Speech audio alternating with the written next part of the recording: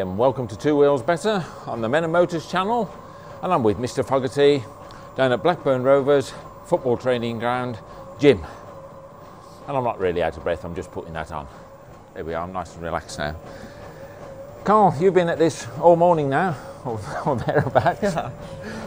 Just how important is physical training to the modern racer? Well, it's everything really. You got to be fit, otherwise you're not gonna last more than 5 laps without being tired, getting out of breath, and making mistakes on the bike. To be honest, so it's a lot more important nowadays to be fully fit. There's a whole range of kits here. What's this one generally doing? Is this stamina and breathing, is it? Yeah, stamina really for me. I mean, depends, everyone's different. A lot of people do the weights, but I tend to use the motocross for upper body strength, and I come in here just for like stamina, running machine for 30 minutes, cycling machine for 20-25 minutes, and the rowing machine for another 15 minutes, just for stamina really.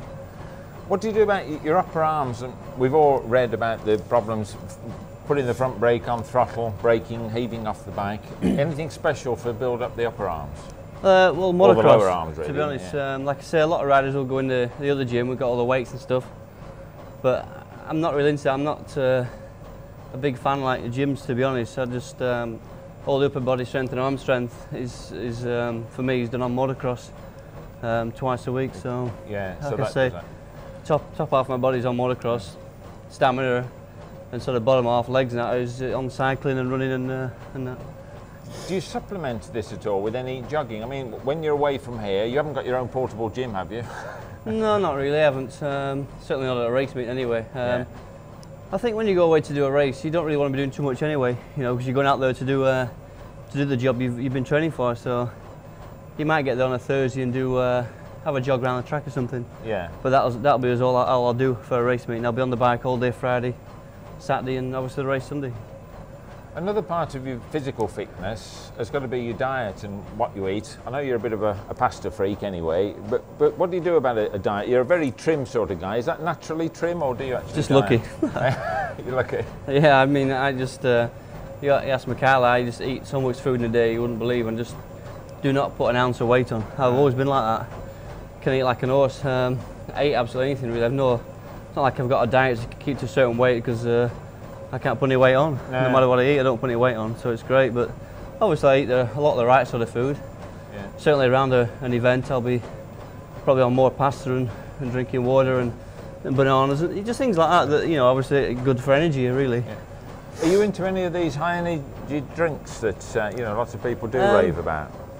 Yeah, I've used them, but I think, to be honest, I mean they're just replacing everything. Obviously, when you've done a race, you as well just to drink a lot of water and have a lot of pasta and bananas and stuff like that. That replaces energy in the same way as the energy drinks do. But I'd just rather do that, to be honest, than mixing drinks all the time. So you're keeping fit and keeping a good diet, energy levels up, and all the rest of it. This has got to help. I mean, if you're in good condition, when you do take the inevitable tumble, which racers do, I mean, that's got to speed your recovery, hasn't it? You can bounce back from injuries a lot quicker and easier if you're fully fit, than if you wasn't. So. Yeah. Just talking about injuries and the like, again, from what I understand, your race, you have injections, painkillers, and all the rest of it. How do you get on with that? I mean, is there a psychological thing to that? Is it sort of, hell, this is hurting, but I'll take a couple of tablets, have a shot, and you then forget all about it? It has to be bad, I think. I mean, the only time I've had injections is if I broke a bone in my hand or something, and it's painful, and just have an injection to numb it. That's, if it's been on like the outside of my hand, I broke that bone a few times, Yeah. Just numb it, I can get on with riding, and a lot of times you get a lot of problems this part of your arm here and in here. Yeah. With all the changing direction. It depends on the track and how the bike's working, and sometimes I'll have some little injections around here just to numb it. Yeah. And that works fine, but then when that wears off sort of Sunday night after a race, then it's pretty painful, but it's just sort of things you've got to do really to get through races sometimes, It's not very often, it's pretty rare, but sometimes you have to do that, Yeah. Do you actually have a personal trainer? Someone who advises you? I don't really, no. I mean, I've got somebody. There's people always advising me, and I know a good physiotherapist who who used to work at Blackburn Rovers, had his own practice now. You know, he sort of advises on what's sort of best to do and what's best to eat and things like that. But I don't really have a personal trainer as such now. So there's no one actually watching you and sort of monitoring heartbeat and all the rest of it? You do this yourself? No, yeah, I do that generally yourself. And if it feels good, you do it then? Well, you know what you've got to do. You know how fit you need to be if you're struggling in a race. You know, you've got to be fitter or something like that. I think generally I've not done as much as other riders, to be honest. I don't really enjoy it that much. Yeah. I feel like I'm doing more now than I ever did before. Well, Carl, thanks very much for inviting us along to Blackburn Rovers Football Club and their gymnasium. I hope they appreciate they've got a star amongst their midst, and it must be good to have you along as well. Cheers, but anyway, look, before we leave here, just how do you make these things work? Well, for you, we better, better see what's going on here first. Session time, what you reckon, about 30 minutes? Oh, yes, yeah, no problem. Yeah. Please enter your age. What's that, about 72? 27. Oh, you've got the right numbers, wrong order. 27, yeah. You tell me anything. Enter. Heart rate, well, target 125. Right. Well, right, yours is probably about 210. Right. You're obviously already dead. You're not dead with 210, yeah. Enter. Press start when ready. Let's start. Right. Get away you go. And then what's the secret? To go as fast as you can? Just go as fast as you can for 30 minutes. Oh, it's all in kilometres as well, what we're doing now? You're only on level 2. Oh, am I? Yeah, that's it. Get a bit more level there. Right, what are we on now? Level 4. Right, level 4. Not too easy for you. Oh, too easy, yeah. Let's get what it we're doing, more. 27 5, kilometres 6, per hour, yeah. 7, 8. Level 9. Dead easy. 29 kilometres per hour.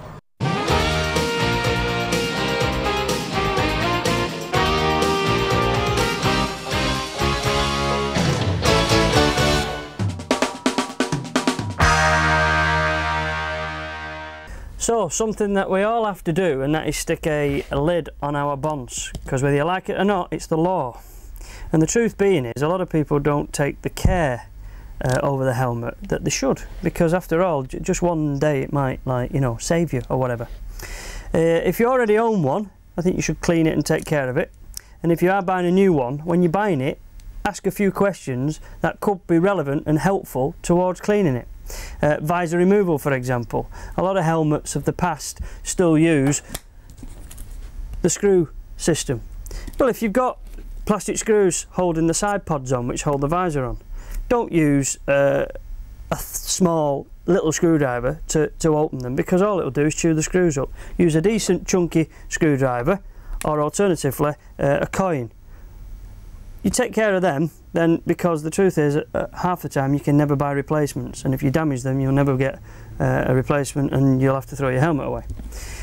Some of the later ones make life a little easier for you, because they are designed to remove it very easily, as simple as that, and then go back in the same manner. Couldn't be any easier. This one, for example, not a particularly costly helmet, but hasn't got a horrible screw mechanism. You pull the side pod off, you pull the visor away. And then finally on this particular helmet, it hasn't got a side pod on at all, and there's quite a few now with this sort of idea, whereby you sort of wiggle it around and off she comes, and then goes on in the reverse manner. I think really you should look at that sort of thing when you're buying a new lid, because if the visor comes off very easy, you'll clean it and wash it more often. Doing so lasts longer. You've not got blurred or scratched visor giving you blurred vision at night. It's cheaper, let's be fair, because a visor nowadays can cost you anything between 20 quid and even as much as 35, 40 quid depending on the make of helmet. About visors, well, the legal factor. There is legal visors and illegal visors. You're allowed to wear at any time a clear visor that has got a BSI approval stamp on it. That will come with the helmet. You're also allowed to use a slightly tinted visor that has got a BSI approved label on it, and that's that. Only in daylight hours. So whatever lighting up time is registered in your local newspaper, then only before that time are you allowed to wear it. Then you get your black ones, which an awful lot of people wear, and they look great. They're illegal, day or night. And very few people have seen these. That's a yellow one. This really does make a big difference in dull weather, rainy weather and so on. You see racers wearing with them. The enhanced contrast make the job look a little brighter out there, but they're still illegal because they're uncoated and unapproved. And then finally, a desired sought after visor. That looks great on a helmet, but again, even though it's only a very light tint when you look through it, it's illegal because it's not BSI approved. Okay, so I've shown you how to take your visors off. Have a good look at it when you get your helmet out. Try taking it on and off. I'll get rid of this and I'll show you then about cleaning it and everything. Paul, will you just catch this for me and don't drop it? Right, I need a word with him. Okay, a black visor. I want to put a black visor on here just to show you horrible sticky dirty marks. Cleaning them. First priority, never ever use a cloth, because you haven't got a clue what's in the cloth. There should be some foreign bodies in there, it could be bits of metals, it could be anything, dust, that will scratch your visor. So don't clean it with a cloth, first mistake, and try and avoid the old, you know, with your sleeve, because again, you don't know what's in your sleeve. Just use a tissue. Now, due to the fact that there's a lot of bullshit in our establishment, 90% of the time, we always have a small toilet roll everywhere we go. Use tissue paper, use kitchen roll, whatever. We always have these things, wee willies. I'm famous for my wee willies. Quick squirt. In this case, we've just got soapy water and a quick wipe. If you've got a whole load of flies and things stuck to it after a week's riding and you can't get them off, remove your visor, stick some soapy water into a bowl, stick your visor in the bowl and leave it for half an hour or whatever, and when you come back to it, they fell off. Then just run it under a cold tap, give it a dry with a tissue, and you're back to square one. You've got a nice clean visor. All the time avoiding the old cloth or whatever. There's loads of products on the market for cleaning the visor on the outside, for demisting the visor on the inside, and even now sanitizers, as they call them, for using on the liners. Some helmets you can actually wash out, not all, so inquire when you buy one, and inquire if you've already got one whether you can wash it out or not. If you can't, there's a number of products, as I say. This is one, a helmet cleaner. Here's another, and all they are really is designed to give it a bit of a fresher smell, because after all, you clean your barnet every day. How often do you clean your helmet liner? And then finally, if your visor's a bit sort of weak on the ratchet, don't assume because it's not scratched that you don't need to replace it. That ratchet could one day cause the visor to flick up when you don't expect it, catch you by surprise, frighten the living daylights out of you, even bring you off your machine.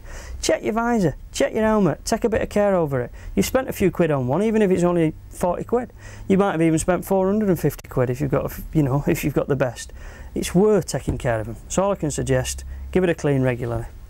After the break, and that's the break of Paul's arm, after dropping Wayne's helmet of course, the lads will be enjoying some stunts.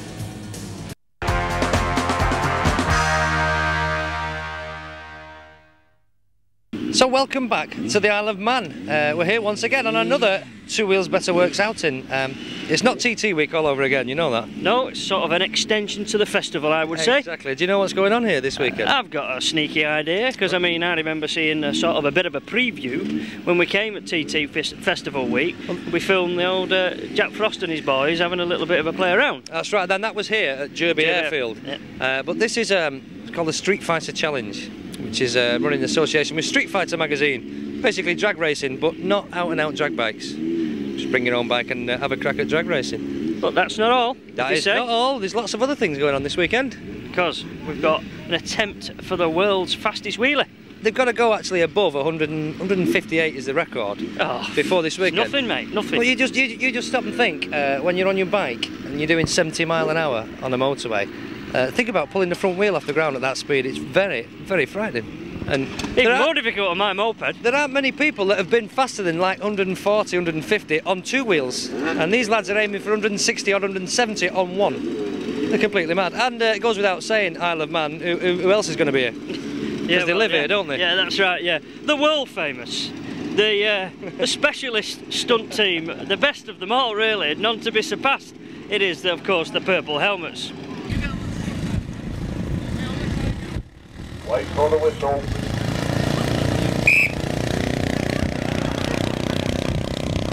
If you stop moving forward, then it'll be at 5. One of the great attractions with the Isle of Man is it's the home of the finest stunt team in the world. This lot, the Purple Helmets. There's a team talk going on at the moment. I'm determined to try and get a reasonably sensible interview with this lot. Just no chance of getting any sense out of this lot. Just tell me, I heard rumours that you lads are sort of nearing the end of your career.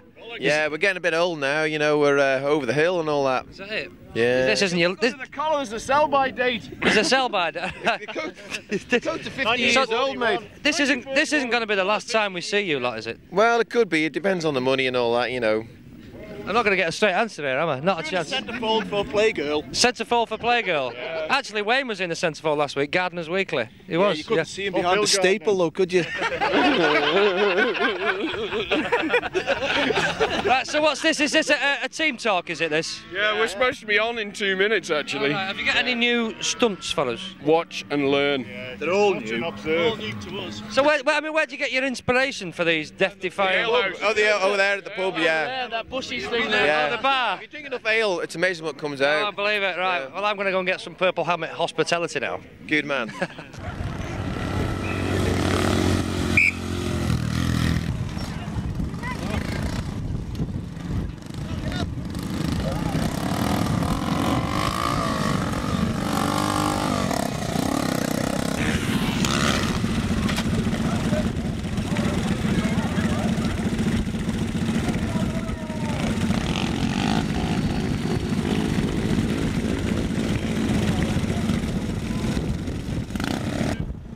Whoa! Big round of applause for that. Look at that.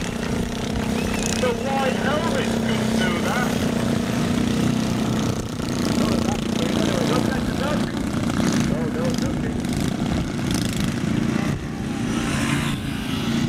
Whoa, holding that for so long. So I'm joined here by Monsieur Duckworth, no relation to Jack Duckworth. Now then, tell us about this Streetfighter Challenge. It's your baby really, isn't it? You're an organising member of the party, Yes, that's right. Commander-in-Chief. Tell us a bit about it, just fill in the sort of newcomers to bike riding and so on, what the heck these lads are doing, because they're only going in a straight line, very, very quick, and they don't go around any bends. That's correct. What we've done is we've formed the Streetfighter Challenge, which lets people get in at base level to motorsport at a very cheap price, with the minimum of fuss, licences and such. We do all that on the day, and they do all that for just a small fee.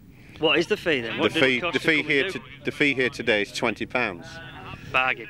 And as many goes as they wish? As many goes as they wish. What they're all noisy devils. We're trying to talk here, for goodness sake. What they're all trying to do now is qualify for this afternoon's eliminations, where they'll have the top 16. They're trying to get into the top 16, which we'll work down in a bracket right down to a final. What sort of speeds do we get to now then? The top spot this weekend so far is Chris Hannam, and he's run 9.5, and he'll be doing about 150 mile an hour as he goes through the end of the trap. Strike a light. That's not slow. No, What sort of machine? That's a Suzuki, a turbocharged Suzuki, more of a comp type bike on road tyres. That's a comp machine going ridiculously quick. What about these lads on regular machines? And you did speak about you're encouraging these lads to sort of not get off the road, let them stay on the road, but do their thing, get rid of their adrenaline and such, and get the boost. What do they qualify? How do they qualify to come here and have a go? All you need to do is turn up, have a set of leathers, good helmet, ACU approved helmet, boots and gloves. We will scrutiny the machine, make sure the machine is safe to run, and then they will pick a class that they want to go in, which is an index class system. So if they think a smaller machine would probably run in the 1190 class, so they haven't got to go faster than 11.9 seconds. The next class is 1090, the next one above that is 990, and then we have a top bike class where anything goes. And they've got to be, for top bike, just resemble the road bike that they derive from, that run on street tyres. But those are the people who've been with us a fair while, you know, and have gone further up the ladder, but they all started low down. Well, there's nothing really stopping anybody having a dabble, so I think you lads should just get on your bike and have a go.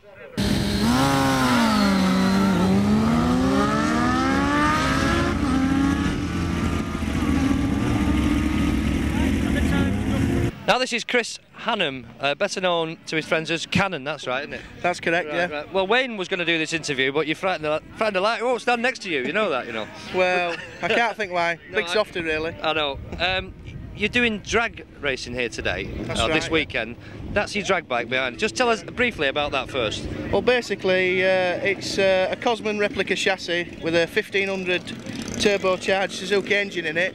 It runs 2 stages of nitrous oxide injection and produces about 400 brake horsepower, which is a bit excessive for these kind of tracks, but we've tamed the power down to try and get the times right for this weekend, and then we're presently qualified in the #1 position with a 9.5 at the moment. So, well, that's good. Well, you're going to win that, aren't you?